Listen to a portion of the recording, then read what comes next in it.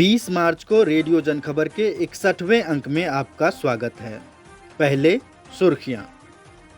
उत्तर प्रदेश में वर्ष 2017 से 2021 तक 398 किसानों ने की आत्महत्या। योगी ने कहा था एक भी किसान ने नहीं की आत्महत्या।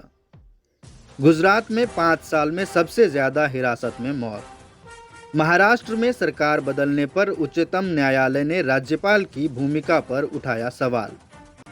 महाराष्ट्र में किसानों की जीत के बाद आंदोलन स्थगित। पितृसत्ता को तोड़ती हुई सबकत मलिक करेगी जू-जित्सु प्रतियोगिता में भारत का प्रतिनिधित्व। अब खबरें विस्तार से। उत्तर प्रदेश के मुख्यमंत्री योगी आदित्यनाथ ने दावा किया था कि यूपी में डबल इंजन की भाजपा सरकार किसानों के कल्याण हेतु समर्पित है। 6 मार्च 2023 को लखनऊ में सहकारी गन्ना एवं चीनी मिल समितियों के एक कार्यक्रम में योगी आदित्यनाथ शामिल हुए। उन्होंने कार्यक्रम को संबोधित करते हुए कहा कि हमारा अन्नदाता किसान खेत में खड़ी अपनी गन्ने की फसल को आग लगाने के लिए मजबूर होता था, आत्महत्या करता था। आज मैं कह सकता हूं, पिछले 6 वर्ष के अंदर उत्तर प्रदेश के अंदर किसी भी अन्नदाता किसान को आत्महत्या करने की नौबत नहीं आई है।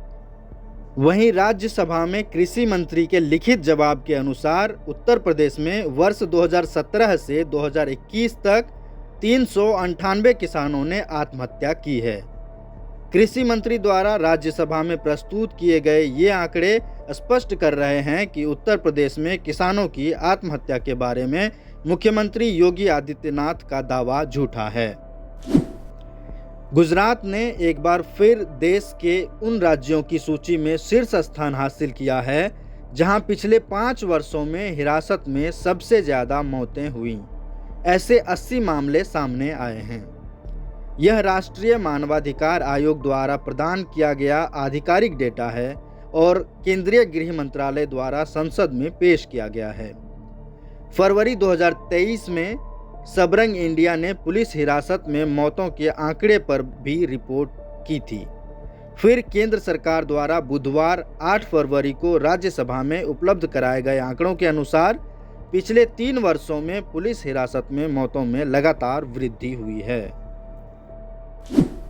बीते वर्ष जून में एकनाथ शिंदे के मुख्यमंत्री बनने से पहले तक महाराष्ट्र में उद्धव ठाकरे के नेतृत्व में महाविकास अघाड़ी की सरकार थी।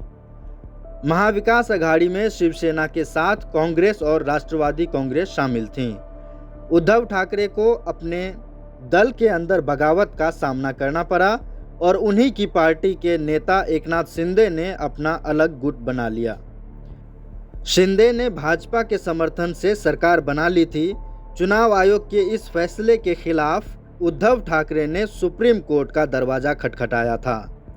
इस मामले की सुनवाई के दौरान खंडपीठ में मुख्य न्यायाधीश और अन्य न्यायाधीशों ने जो टिप्पणियां की, उससे महाराष्ट्र के तत्कालीन राज्यपाल भगत सिंह कोश्यारी की भूमिका पर सवाल उठने लगे हैं। जिस तरह से राज्यपाल ने उद्धव बाला साहब ठाकरे को सदन में विश्वास मत हासिल करने का निर्देश दिया था, अदालत ने उस फैसले पर भी सवाल उठाए हैं। मुख्य न्यायाधीश ने कहा, सिर्फ पार्टी के अंदर के असंतोष की वजह से राज्यपाल के लिए ये न्यायोचित नहीं हो सकता कि वो विश्वास मत हासिल करने के लिए कहें। महाराष्ट्र में किसानों ने बड़ी जीत हासिल की है। सरकार ने उनकी मांगों को मान लिया है, जिसके बाद किसान सभा के नेताओं ने अपने इस किसान लॉन्ग मार्च को समाप्त कर आंदोलन को स्थगित कर दिया है।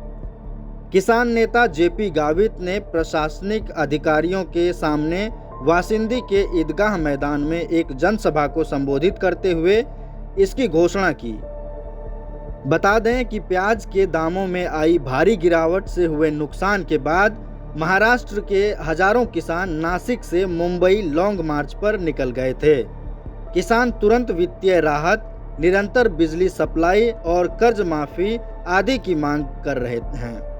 प्रमुख मांगों में प्याज के लिए 2000 रुपये प्रति क्विंटल और निर्यात नीतियों में बदलाव के साथ 600 रुपये प्रति क्विंटल की तत्काल सब्सिडी की मांग शामिल हैं। मंगोलिया में अगले महीने होने जा रहे जूजित्सु की विश्व प्रतियोगिता में भारत का प्रतिनिधित्व करने के लिए चुनी गई 20 वर्षीय सबकत मलिक जुनून की हद तक इस खेल में मगन हैं और जम्मू कश्मीर के लिए स्वर्ण पदक भी जीत चुकी हैं। लेकिन यह सफ़र उनके लिए आसान नहीं था।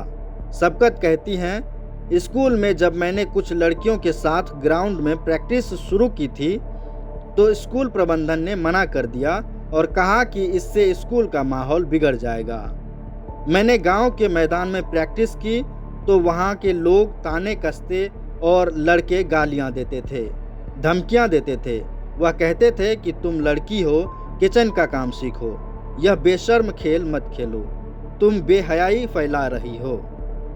पूरे समाज की तरफ से विरोध के बावजूद सबकत ने हार नहीं मानी। उनके माँ बाप ने उनका साथ दिया और उनके कोच मुजफ्फर अहमद ने उनकी बहुत मदद की। बता दें कि जूजित्सु जूडो या कराटे से बिल्कुल अलग और ख़तरनाक खेल है। इसमें दो खिलाड़ी एक दूसरे पर मुक्कों और लातों से हमला करते हैं। इसी के साथ इस अंक के समाचार समाप्त। अगले अंक के समाचार के लिए मिलेंगे गुरुवार को। तब तक के लिए दें इजाज़त।